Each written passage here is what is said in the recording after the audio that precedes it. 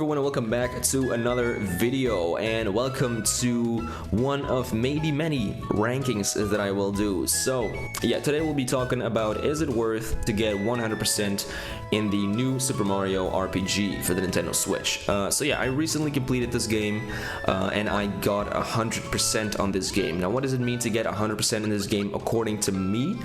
It actually means getting the monster list completed fully completed, which you will know if you have the golden medal at the top left right there. That's when you know that you have encountered every single enemy, or at least like beaten the game, which at that point they reveal every single enemy to you, I believe, and then have thought peaked every single enemy, or like bought the missed thought peaks that you had for like 3 frog coins each at a dude that I believe stands in like the booster pass or something like that. So yeah, that's definitely one of the important things that I feel like you should do to have set that you 100% the game, and then get the golden medals on the minigame and casino records. Though these 3 things are, for me personally, the biggest requirements to have set that you actually 100% of the game. Now I will be covering a few other things that I personally did, like getting the 100 super jumps, getting all the hidden treasures, leveling up all my characters level 30, and having like what is seen in the public view as the best armor, like best equipment, best weapons for each character in the game. You could say that that is also a part of the 100%. For me, it was. I did feel like that was something that I wanted to do before putting the game away. But then you can see that I have 89 flower points, which is like the flower thing next to the green frog coins and the yellow just normal coins. I do believe you can get up to 99 of these flower coins or flower points FP. And I didn't do that, so actually, is this a really 100% file? Did I do every single thing that you did, which is what it means to me most of the time, to like 100% a game? No, I didn't actually do that. I didn't do every single little thing. There's also some side things that I know you can do in the game, but where I'm just like, I don't know, I'm not gonna do that. I can't like really give an example, but an example would be, for instance, you can sleep at an inn somewhere, and then a certain character will... Oh, I'm just gonna spoil it right here. You can sleep at an inn, I think it's the one in Rose Town, and if you sleep there, after some events are completed, I believe after you get like Geno or something, Link will actually sleep in the bed next to you. Like, that's a little thing. It doesn't actually keep track that you did that anywhere in like the menus, but you can know for yourself that you did that, and if you put that as something on your list that you want to do, to have set that you 100% of the game, it could be on there. For me, it's not. I did do that thing, but there's like a lot of little Easter eggs and stuff, like little stuff that you can do, but I didn't necessarily count that towards getting 100%. So anyway, let's talk about the monster list in this game. So the monster list is basically just a huge database that keeps track of every single enemy in the game. So yeah, there's a lot of enemies right here. You can just like go through a little list by pressing L and R. So yeah, that's what I'm doing right now. There's a lot of enemies in this game, and every single enemy has a certain thing that is called a thought peak. Now, how do you get a thought peak? You can do this by having Mallow over here, which I'll show you by going to the special tab. If you can see, every character has special skills, and one of the skills that Mallow has is called Thought Peak. So for 1 flower point per use, you can do a Thought Peak on an enemy, and if you time it just right, the enemy will have a little text that appears, which I can also show you. So if you time it just right on, for example, this little Arachne over here, let's go to this one. Kind of takes a while sometimes to switch like between the different entries. Like, I pressed R a long time ago and it's just switching right now. That's kind of annoying. I don't know why it takes that long. But yeah, you can press Thought Peak, and then they call me Arachne because I like knees. Pretty funny, most of these things are just little funny pieces of dialogue that you can see, but then it also reveals their weak elements and their weak statuses. But I do believe for the actual text to show up, you have to and like for the actual requirement to be completed, you have to perfectly time the thought peak, which you can fail. So yeah, it's kind of annoying to do it perfectly, but after like doing it 100 times, which there's definitely more than 100 enemies in here, you will have the timing down, so it shouldn't be that much of a problem. And if you happen to miss like a boss somewhere, you will need to spend 3 frog coins to get an entry back, which is kind of annoying. There are some different ways of grinding frog coins, such as doing the bridge, like the sky bridge in Land's End, I believe, like the one where you stand on the donut blocks and you gotta like evade the bullet bills. That's like where I grinded for my last few entries, like where I grinded the frog coins for. I know you can also like jump multiple times on the ants in Land's End to get frog coins that way. Like there's different ways of getting frog coins, so you'll just have to figure out for yourself what is the easiest way. In my opinion, it's probably the donut block bridge. But yeah, that's for you to decide, of course. But yeah, the monster list, in the journal, this might be one of the things that takes you the longest, just because there's so many enemies, and if you haven't been doing this while just casually playing through the game, it will definitely take you a while to do this after completing the game. But if you've been doing this, which I have, like I had been doing, I practically never switched Mallow out of my party, and I always thought peeked a new enemy whenever I saw one. And I tried to thought peek as many bosses as I could as well, so that I didn't need to like repurchase the entries, of course.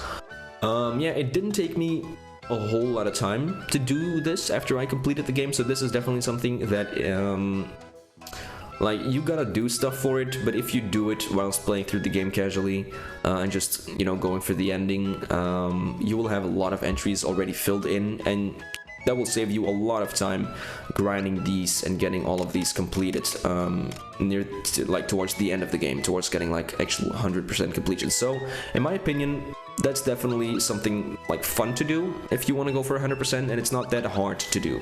Then let's cover the minigame records, the normal ones. Firstly, when I went into this, I only had the Goomba Thump record as a gold medal, just casually playing through the game, and I think I was missing like the Beatlemania high score, because that's like kind of a secret minigame if you don't know where to get it. I like to suggest looking up a video, it's not that hard, but yeah, that's definitely something. But yeah, at first I thought this was gonna be way harder than it actually was. I believe the Midas River record, I was like kind of terrified of doing that one, because I kept bumping into the stupid fish and I didn't see how I would get a golden medal. But once you get the strategy down, it's actually really easy. The Goomba Thump record, as I said, I already had the golden medal. That's not hard to do at all. The Minecart race record also, I think I fell off like 5 times and I still had the golden medal, so that's really not too hard. The beetle race one is probably the most difficult one and the most annoying one to like redo, because for every other minigame it maybe takes you like 10 to 20 seconds to get back into it. But for the beetle race one, you actually have to go to a town, exchange like your beetles, buy a new beetle box, and then you have to go back to like Booster Hill or whatever to do the minigame again. It's like a grindy process if you don't get it right away, or in like the first few tries. So that one might be a little bit annoying. The Paratrooper one is really fun to do, in my opinion. That was just a lot of fun. You also get a great item for doing this under like, I believe 11 seconds, or just whilst getting the golden medal, so that's a nice bonus as well. And then the Beatlemania one, that's just boring, but it's not too hard to do. So yeah, these normal minigame records, these are just a lot of fun in my opinion to grind out, except for the Beatlemania one. That's just something you have to do if you want to get 100%, or if you want to get all the golden medals in the minigame record, like Tap in the play report. But yeah, the other ones, I had a lot of fun grinding the gold medals for them, and they didn't take too long to do, so it was kind of challenging. Like, you did have to make sure that you didn't mess up too badly in some of these, but like it wasn't too hard, and the challenge was just right in my opinion, so I had a lot of fun grinding these ones. Now the casino records, on the other hand, these ones are very, very straight up boring to do, unfortunately. So you have ball games ahead, which is something you have to do if you want to go to the casino anyways, I believe. So you gotta win that 50 times, and then you have the golden medal, and I believe after winning it 50 times, or maybe it's 10 times already, and then you get like the entry for the casino. I'm actually not sure, but yeah, you gotta win it 50 times in any case to get the golden medal. Same with the memory game. That one is probably the most horrible one, because it just takes so long to get that. Like, it's unbelievable. I don't even want to talk about it. And then look the other way, you only have to do it 100 times, but I was accidentally, when I made a video about that, which I don't think is up yet. I'll probably post that later, I don't know. Yeah, I tried to show you what the item was that you would get, but I think I already had the 100 wins at that point, just watching a YouTube video. So it doesn't take that long for this thing. I think it maybe takes 15 to 20 minutes to do it. My strategy is just keep pressing A and like a direction and just keep doing that while watching a YouTube video, you know? Like, that's really not too hard. These are just very grindy. The same with ball games ahead. You can 100% know for sure.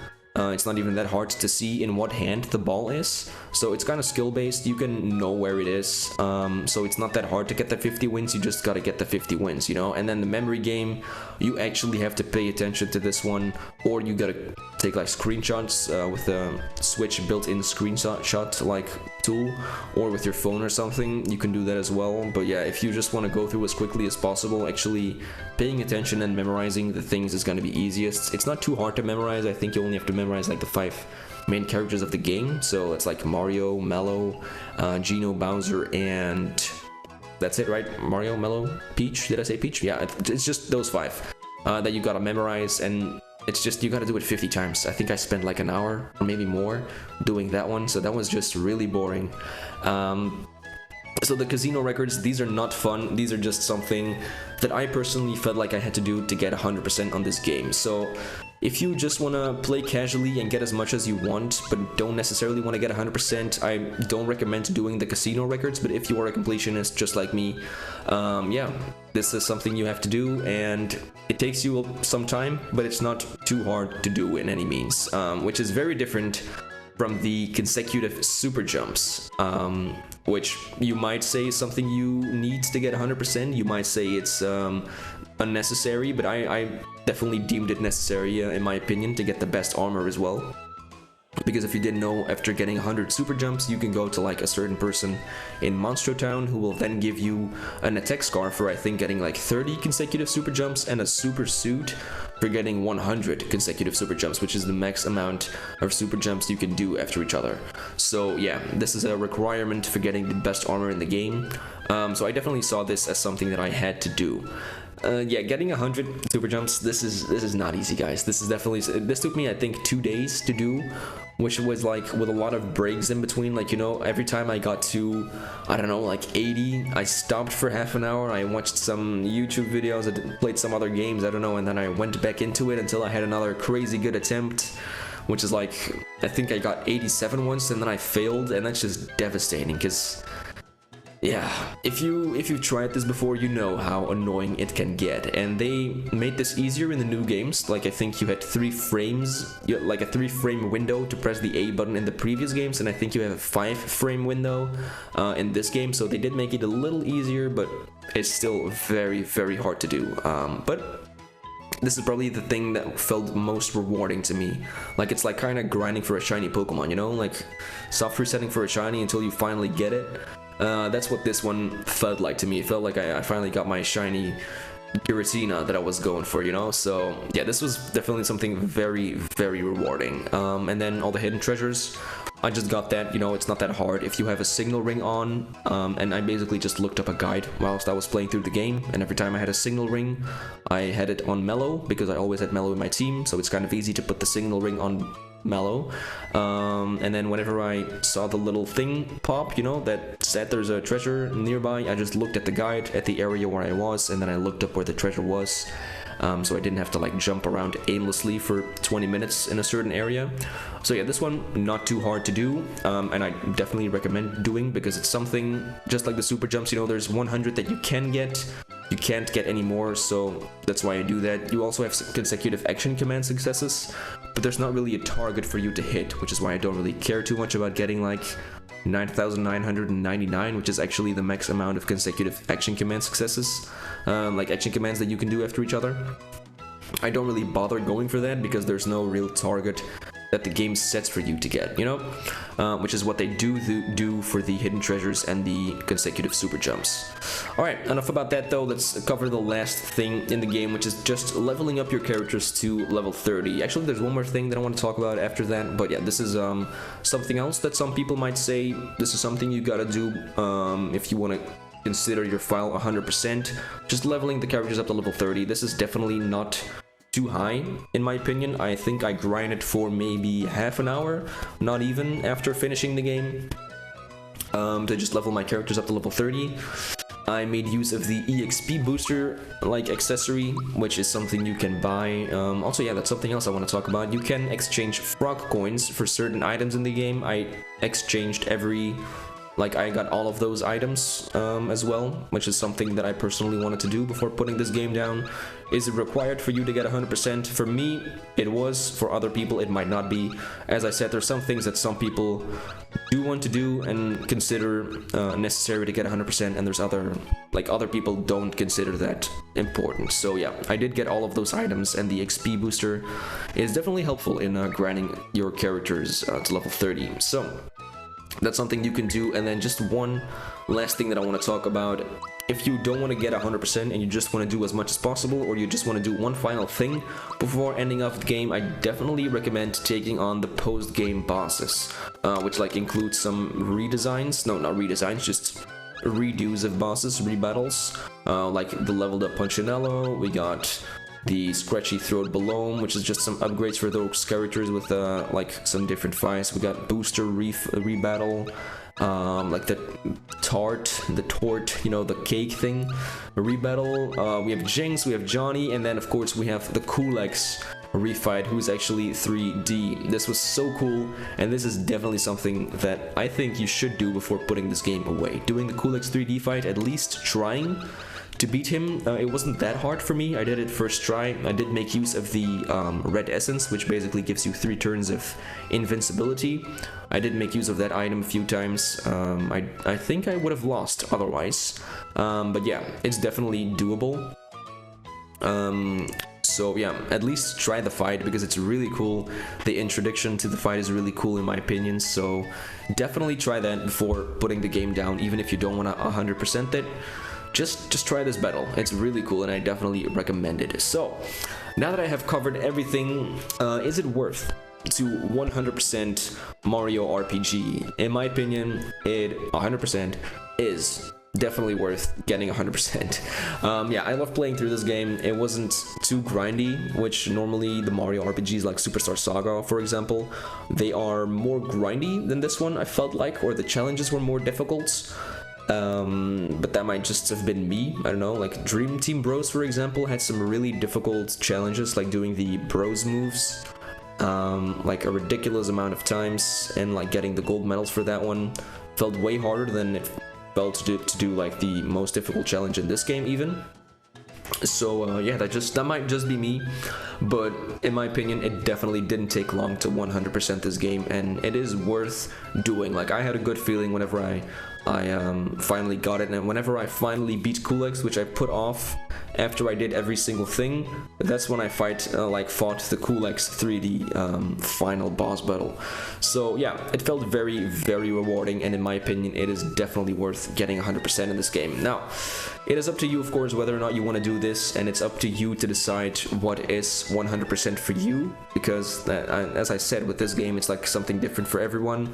In my opinion, I 100% at this game, even though I don't have 99 flower points, for example. And for other people, you might have 100% at it, even though you didn't get the 100 super jumps.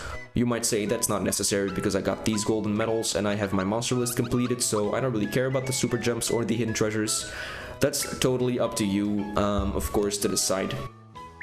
But yeah, with that being said, good luck if you want to 100% this game, and if you don't, definitely do the Kulex boss fight. That's like the biggest thing that you should take away from this. Like, do the Kulex boss fight. That is such a cool one. Not the first one, like do the first one, of course, because without doing the first one you can't do the second one, but the second one, that's what it's all about. That's the final thing you should do in this game, and yeah, it feels very cool. It feels very, very epic to do that boss battle. It's a really cool one. So yeah, good luck with getting 100% if you are going to, and if you don't, just have fun with the game, I guess, and I'll see you in the next one. Later.